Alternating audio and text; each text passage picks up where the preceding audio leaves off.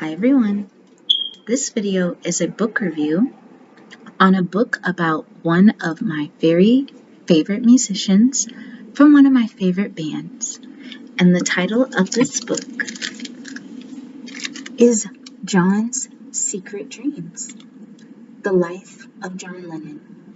And it was written by Doreen Rappaport and illustrated by Brian Collier. Now the reason that I selected this book is because tomorrow, which will be December 8th, is the 41st anniversary of John Lennon's assassination. He was killed December 8th, 1980 by, I guess, a crazed fan or somebody that was obsessed with him. And his death left a ripple effect throughout the entire music world. His influence inspired both musicians and non-musicians because his legacy stretched beyond music. It actually stretched into global peace, and even though he was a controversial figure, he is still a very important figure in history. And that is why I wanted to just do a book review on him in honor of his memory. This book is written for children, they say, but I believe it is all ages, and that is why I think you will thoroughly enjoy it if you read it. But before I get into the book review, let me tell you a little bit about the author and the illustrator. So this is an old picture of the author.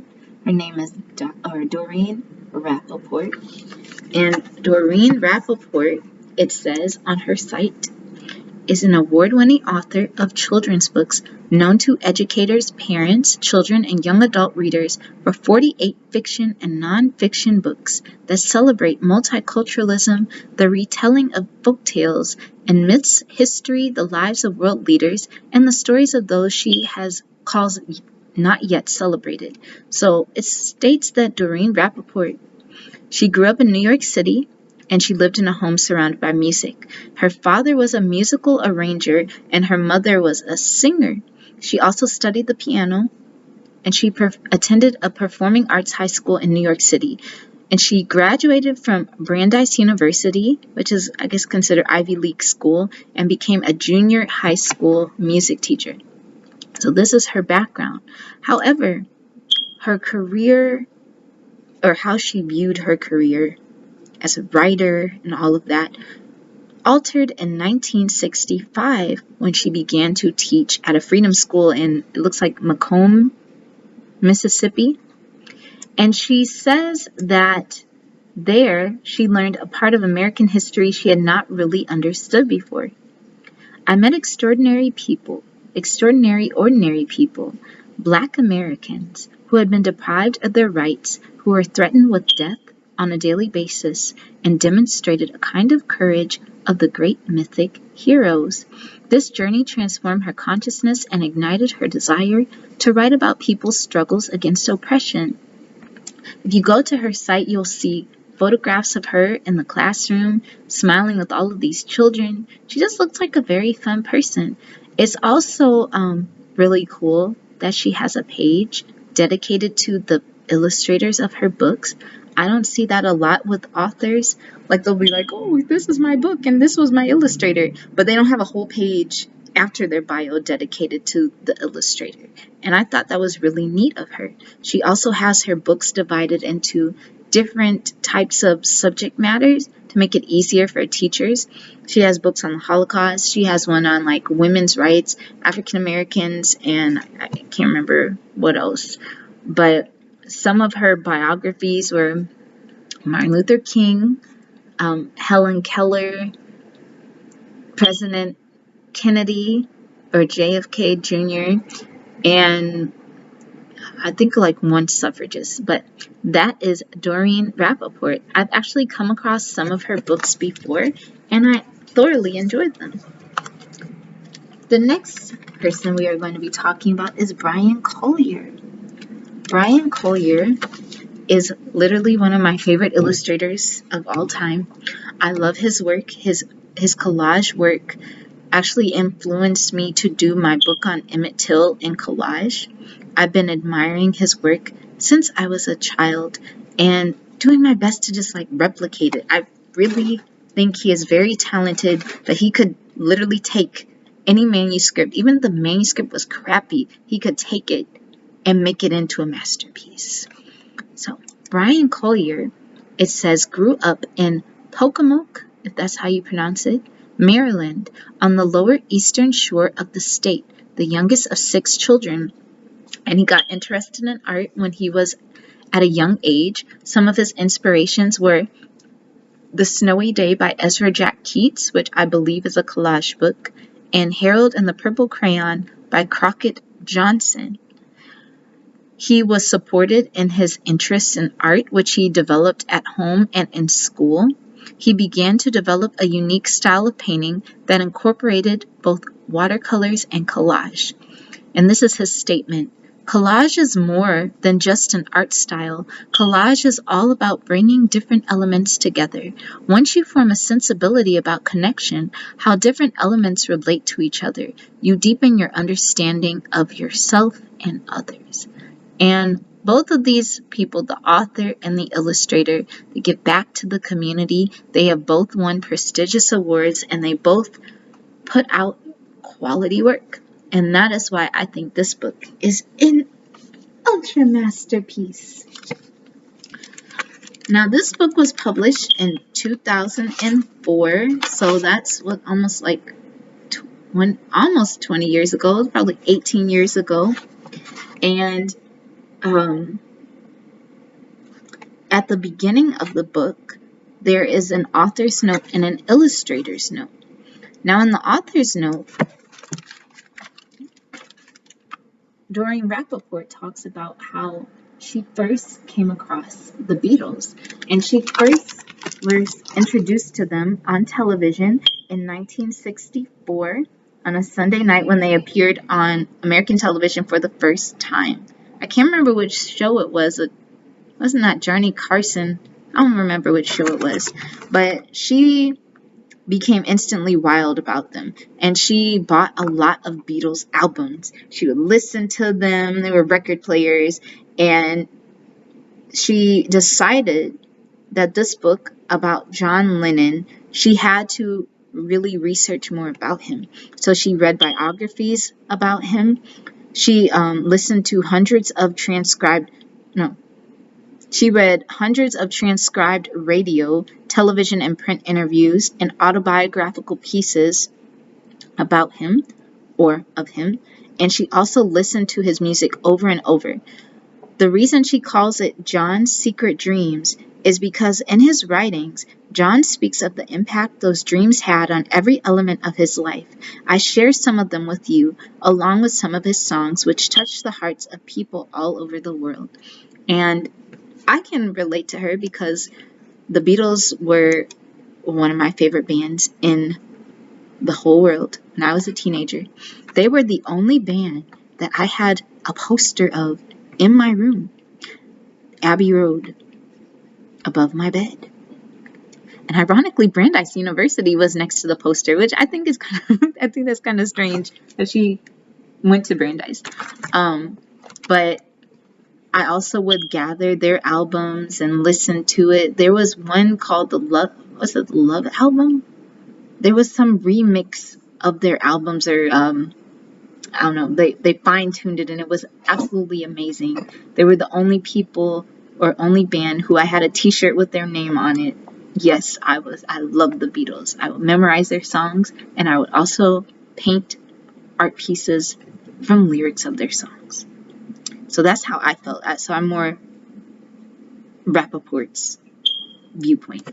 Whereas Brian Collier, on the other hand, he did not grow up listening to John Lennon or the Beatles, because he was born in 1967, so he wasn't there to just see them come out. He had a whole different line of music at that time. It says, they were foreign to me and yet so familiar to everyone else. I had to get past the pressure to live up to the experiences of others and instead concentrate on the ones I would soon have myself. He said that in order to get into John's world, he had to listen to his music and conversations. I read into what he was saying and not saying. I heard the blues in his songs. When I learned that John had his own perspective, when his feelings of emptiness and soul-searching came into play, I found a connection. And the first things that popped into my head were circles. Circles of various meanings and functions. Well, that's why you're going to see a lot of circles in his illustrations. At the end of the day, I believe in a dream of John's is that when we walk outside and look at the stars and wonder, those stars are looking back at us in wonder. So the book starts off with John Lennon being 5 years old, and he is dropped off at his Aunt Mimi and Uncle George's house by his mother. His mother's name was Julia. And it says, John's mother took his hand, they left their house in the Penny Lane district of Liverpool, England, to go to his new home with Aunt Mimi and Uncle George. His father, a merchant marine, was away at sea. His mother, feeling trapped, didn't want to take care of him. John was only 5 years old, and throughout the book, they'll have lyrics from some of his songs, or some of the Beatles songs. And look at the circles. Well, this is him. His mother, basically, I don't know the full story. According to the author, he was abandoned by her. But I don't know how old his mother was, because sometimes when a person, like mother, father are very young, they just don't know what to do. They're just going off. They don't know how to raise a child. So I'm wondering how old she was. It says Aunt Mimi was caring but strict, no rough housing, no comics. And Uncle George taught John how to read. John loved Lewis Carroll, and if you don't know who Lewis Carroll is, he is the author of Alice in Wonderland. He was also, I want to say a mathematician, but don't quote me on that. Or he wrote a book on mathematics, I believe. So, they have an excerpt from Jabberwocky, which was, "'Twas brillig and the slithy toves did gyre and gimble in the wave." It's from Jabberwocky. "All mimsy were the boral groves and the mome wrapped out grave.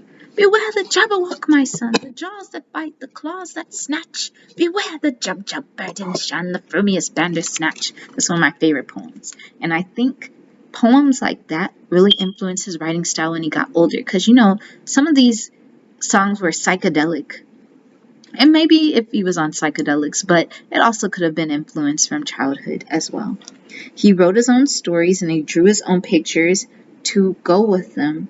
How wonderful to be a poet or an artist, but Aunt Mimi would never allow it, so John kept his dream a secret. I don't know much about Aunt Mimi. From my memory, from what I've read, maybe 10 years ago, she was like a mother. It is good that she was in his life. She did end up, supporting his dream later on when they got popular and everything. I know at one point, I don't know when, but I believe his uncle died and she was a widow. And she, I can't remember. It was something about that. But I don't know much about her. But sometimes you need a strict figure in your life to just give you guidance and to protect you. And I don't think her saying no comics or anything was supposed to keep him down. I feel sometimes parents will say that because they either don't want their children to be hurt or they know it's a very, very competitive world. Just think about it. This is was it the 50s? Was it the 50s? Late 40s, early 50s? It was a different, even America and in England, it was just a different time. You had this structure, this pattern that you followed. And thankfully, John did not follow in that pattern as he got older. When John was 16, his mother came back into his life. A musical craze called skiffle was sweeping Liverpool then. John wanted a guitar. Aunt Mimi said no. His mother brought him a banjo, and John formed his own band. Now, skiffle, from what I recollect, it was basically like a musical form where you create music out of homemade instruments. So you could use anything for skiffle, I guess. But there were certain designated instruments that they used for skiffle. And it was a huge craze. The teenagers were going in it. It was all over town. It's just like, almost like I want to say the TikTok of their day, but that's the only viral term I can think of right now. Sailors brought back records from America, Little Richard rattling the piano, whooping, hooting, and howling. Chuck Berry, we have a statue of Chuck Berry in our town in St. Louis. Poet of rock, and then, Elvis. This new form of music, this introduction to a new style, a new sound, was enough to guide him onto a more innovative path, a more progressive and experimental path. Sometimes you don't know what you want until you see it. Sometimes you don't know what you want until you hear it, and I think that's what happened to him. It was like almost predestined. It was like fate or kismet that all of these people came together during this time where you could become unknown and too known, where you become a one-hit wonder or you become a legacy in music at that time. At a gig, John met Paul McCartney, who could play the guitar upside down, while John knew only 2 chords. John asked him to join the group and they started to write songs. And throughout, the Beatles' togetherness, there were a lot of songs written by John and Paul. And it was like Lennon, McCartney, Lennon, McCartney, Lennon, McCartney. And they were very good because both of these men were very strong writers. And Paul McCartney is still a strong writer. I love some of his works, songs that he did with the Wings. I love some of the music that he's putting out now because he's still putting out music. It's very, very cool. Ringo, I haven't kept up with him, but he's still creating things as well. And they're both collaborating with each other, Ringo and Paul. If you don't know what they look like in their heyday, if you've never seen the Beatles, this is him. This is Paul McCartney. This is George Harrison. This is Ringo Starr. And this is John Lennon.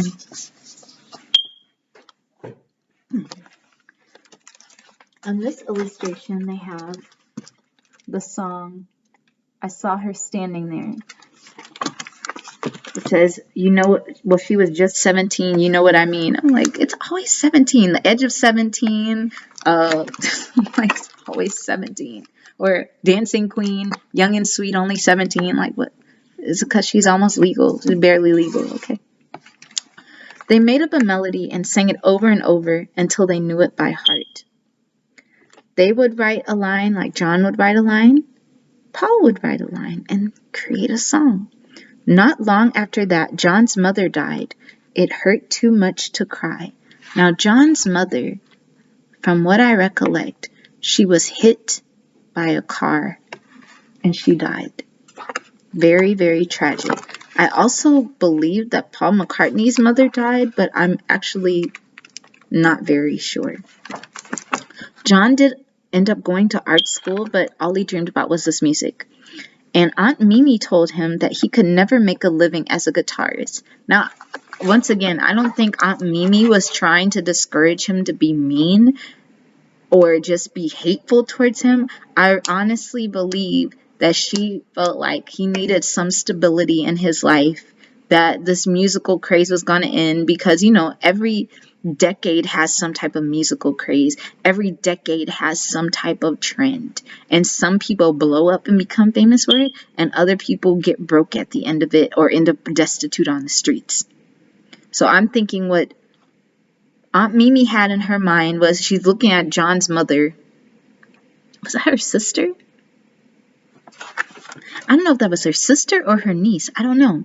But she's looking at John's mother, and she's looking at John.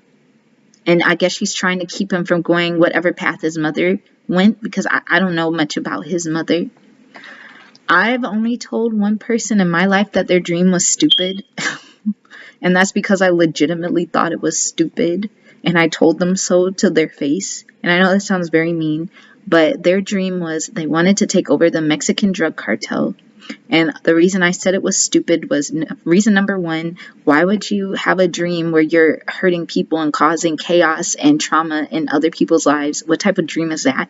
You could have been a doctor, you could have been a musician, but you want to join the Mexican drug cartel. Number two, what type of dude from the streets of St. Louis is going to go to Mexico knowing no Spanish and try to find the Mexican drug cartel and try to get them to collaborate with you? I don't think it's going to work that way. It almost would be like a baby ant going to go fight a gorilla. That is the only time I've ever called somebody's dream stupid. And I stopped talking to that person because, they almost got shot being stupid. But Aunt Mimi, I'm sure she meant well. George Harrison, who played guitar better than either John or Paul, joined the group. They played in smoky nightclubs, dressed in black leather and Texas cowboy boots. How did these underage children always get into these clubs? Either you paying somebody or people just are too drunk to care. The Beatles recorded John and Paul's song with the new drummer Ringo Starr. I don't remember how Ringo came to be. I feel like there was another Beatle. I want to say his name was Pete Best, but I don't know what happened to him. There's something that happened. And it has all the girls screaming because the Beatles would be followed by all of these different girls. They would be falling, screaming, trying to grab at them. It says, well, she looked at me, and I could see that before too long, I'd fall in love with her. It says, how could I dance with another? Then they have Love, Love Me Do. So all of their early hits became golden. They had this hit, they had that hit, they had this hit. And I love how their beginning hits sounded so innocent. And then later, it sounded so mushroom. I can't think of a word. It sounded so mushroom. It sounded so psychedelic. Beetlemania swept the world. This is when they were just, hello, oh, we are the Beatles. We have our hair brushed so neatly in our suits, and this is what we look like at the beginning half of our career until we go long-haired hippie. Then, let us see, it's Beetlemania swept the world. Okay, so soon John felt suffocated by fame and trapped, now married with a son. He's married to a lady named Cynthia. Hold on, I think she's in the back. Cynthia Powell. He got married to her August 23rd, 1962. And that was his wife. They had their son. I can't remember their son's name. But I feel like at this point, John was never, from what I've read or from what I've just observed, he just never seemed like the type that just wanted the sameness. Like, maybe there was something about Cynthia that helped him in his youth when he thought that's what he wanted. Like, he thought, like, oh, it's just a nice girl. She's great. I'm just going to be with her. But maybe their relationship, I don't know, didn't feed his soul. I honestly don't know. So he moved his family to London, hoping he would be happier. He wasn't. He tried drugs. He studied meditation in India, and he couldn't find peace. But John's going all over the world trying to find peace. The next thing that happened that transformed his life was he met Yoko Ono. Now, some people don't know that Yoko Ono was actually an artist. She was like one of those performance artists, like not like just music or anything, but like visual art and body art. Like, she's a very strange artist. And that's how they met. He saw her new show, and she handed John a card, and the card said, breathe. And he did, and laughed silently. A magnifying glass was hanging from a painting on the ceiling. He looked through it and read yes in tiny letters. How wonderful to see yes instead of no. After that, the Beatles stopped touring and they started writing new songs. And his songs became more, whimsical. I'm the Eggman, they're the Eggman. And it's all these whimsical colors, and people were literally trying to find messages in the Beatles songs. Like, they're like, what does it mean? And, there was that whole trend of Paul is dead. Paul is dead. Somebody killed him. Ah, where is Paul? There was even another musician that wrote a whole song about Paul. I think he called it St. Paul. Let me take you down because I'm going into strawberry fields. This one is from Lucy in the Sky with Diamonds, and there's some debate over the origins of this song. They say, is it LSD or is it a child's painting? Picture yourself in a boat on a river. Picture yourself in a boat on a river. Tangerine trees, marmalade skies. See it? The girl with kaleidoscope eyes. Somebody calls you, you answer quite slowly. The girl with kaleidoscope eyes. Patterns of... I can't remember. And they started experimenting with musical sounds, alarm clocks, and all of that. And they add organs, sitars, mellotrons, having 40 musicians play their lowest and notes to their highest. Sounds like Sgt. Pepper's Lonely Heart Club Band.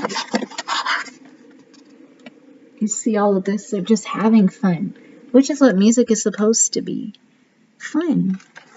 Expressive. Despite the praise, John secretly wanted to leave the group, but he was scared.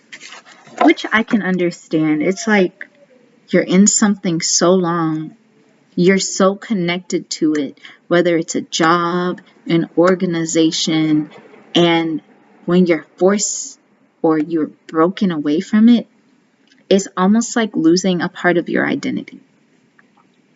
That's happened to me a couple of times. Like, I had worked at the library for on and off for like 7 years. And then that's how people knew me as, like, library lady, even though I did not have a master's of library science degree. And they end up firing me. And I was just like, I still went there.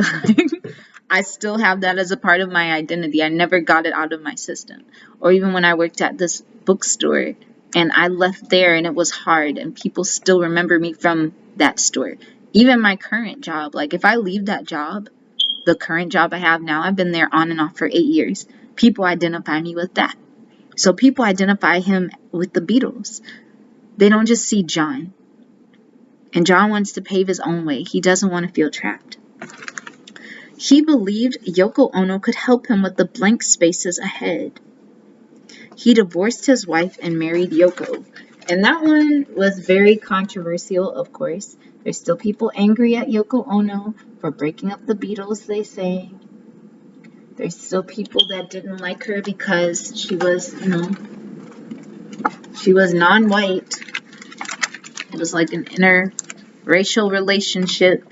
And some people did not have, they weren't feeling it, okay? They weren't feeling he was marrying a woman that was not of his race. They didn't feel that he, divorced his wife. I guess they're cheating allegations.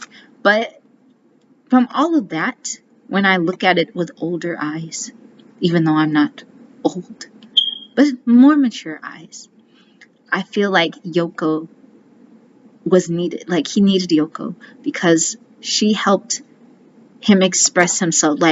The part that you see in his later music, it was already there. It was already in his heart, and she brought it out. She gave him permission to go a different route. It was something different and interesting. She was just as strange and creative as he was.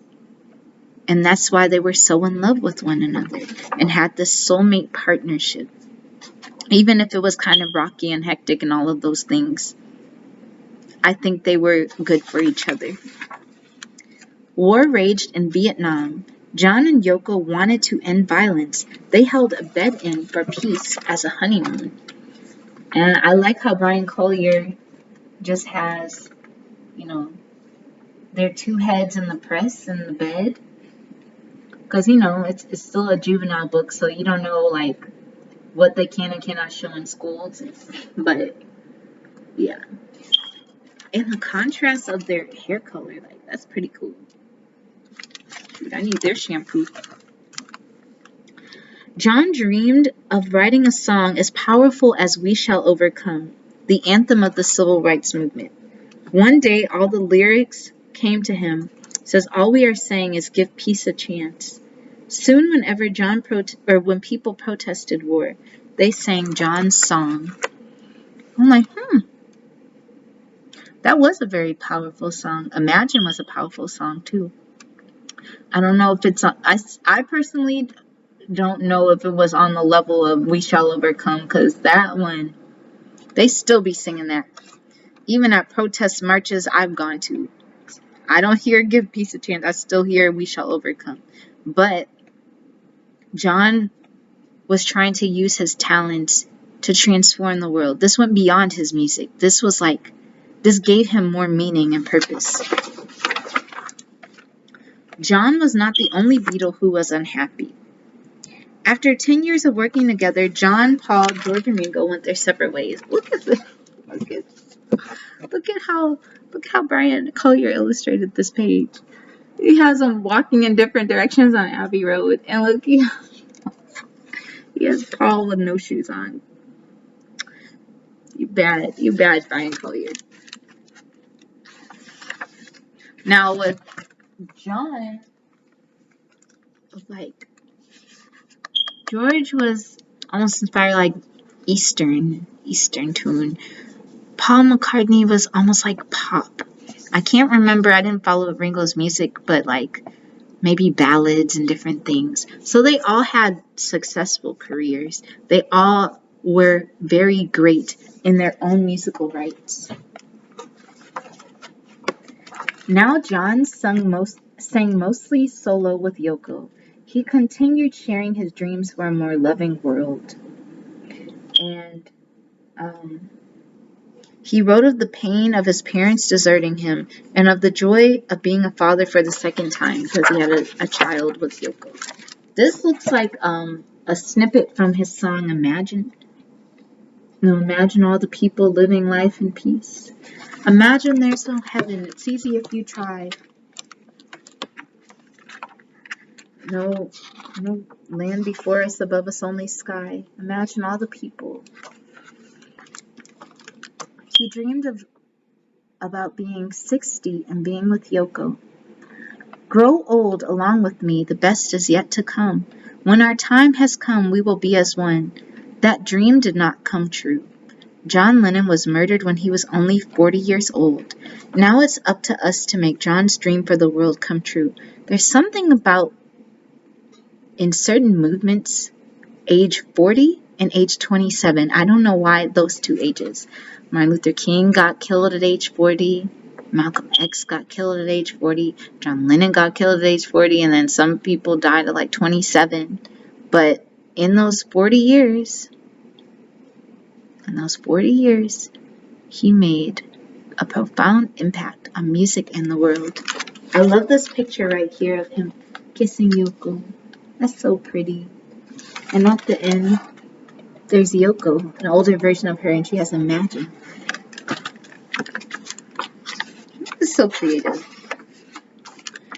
And the book ends with, imagine all the people living life in peace. You may say I'm a dreamer, but I'm not the only one. I hope someday you'll join us, and the world will live as one. In the back of the book, there is a discography, research sources, solo albums, and important dates if you're one who likes just factual information and wants to learn more about John Lennon and the Beatles and all of those involved in their lives. At the very end of the book, it has war is over if you want it. Just light a candle. Take your candle and go light your world. John Lennon.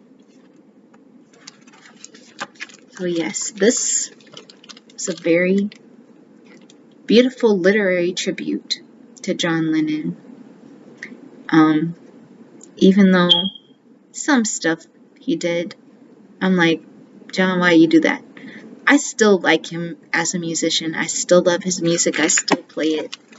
And I hope that the future will bring out more musicians who create powerful, timeless music that can go throughout the generations, you know? Not just a beat that you've listened to and forget at the end of the day, but something that truly touches your heart, that makes you think, that makes you want to be a better person and change the world, something that will have ripples on societies globally, something that will have ripples in your heart. And that is what I feel John Lennon did. So this was John's Secret Dreams, The Life of John Lennon by Doreen Rappaport. I highly recommend this book, especially if you love music and you want to introduce your children to profound people in musical history. Thank you all for watching this video, and I hope you have a wonderful day and happy reading to all of you. Bye-bye.